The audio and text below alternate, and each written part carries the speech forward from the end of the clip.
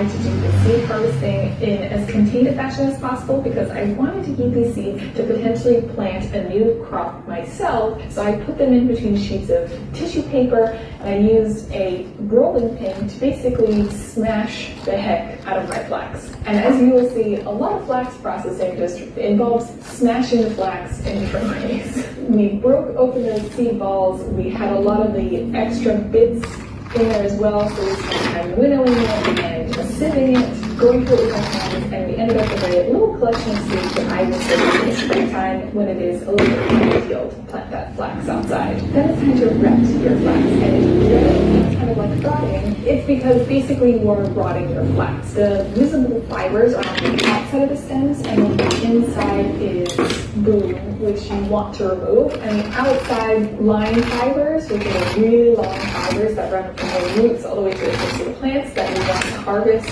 are also glued together. So you want to start the rotting process in order to break down and dissolve that glue that's kind of holding the fibers together. It is a delicate balance though. If you don't ret it long enough, then the glue is too sticky and you won't be able to remove the glue. If you ret it for too long, you not only break down the glue that sticks the fibers together, but you break down the fibers themselves. This part of the process was very scary to me because I didn't want to either over or under process my flax. I am on day 5 of the ret of the wild flax, and at this point it's, I think, more than time to check our retting process. It does say to take out like 1 or 2 and let them dry fully. Maybe let's take out a small handful of them, let them dry fully, test the ret. Okay, these are the 2 that I've picked out. I'm going to stand them up in the sun to dry, and let's hope that that dries out by the end of today. And then just leave it all day, and we can check the ret and see if we need to make some changes.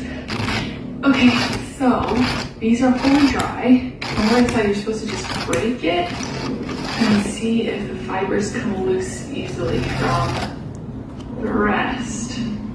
Mine's ripping, which is not a good sign, but it's also coming off in strips. So apparently if it rips, it's over-retted. If it comes up in strips, it's under-retted.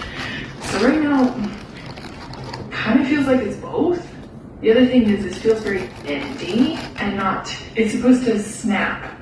And this is more bending than snapping. I don't think it's ready. Okay, I'm gonna add some hot water, and I'm gonna put it in a warmer room for the next few nights, and then I will recheck it a few days from now. Okay, so I have been letting the flax dry in the sun. Can you see that? I think these strands are the flax, like the linen fibers that we're looking for. I'll break it and go like this.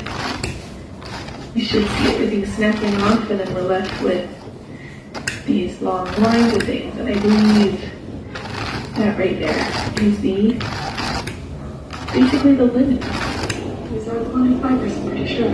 So with what I hoped was a good enough ret on the wild flax, I decided to move on to the next steps: breaking, stretching, and hackling. These are all steps basically that are just violently beating at your flax in order to remove the boom and bits that are not the linen fibers. So a break is when you are literally breaking your flax in this big wooden bit and chopping away at it like teeth. The second step is scutching, which is using a scutching sword to kind of beat at the flax another way to remove the rest of your boom. And then the hackling bit is where you can also remove a little bit of the boom, but you're combing out. There are short linen fibers, which is called tow, and then there are the long fibers that go, like I said, all the way from the root to the tip, and those are the long line fibers, which are usually the finest and create the best quality linen. But in order to do all of those steps, I needed some equipment. I don't have a brake, I don't have hackles, and I needed to first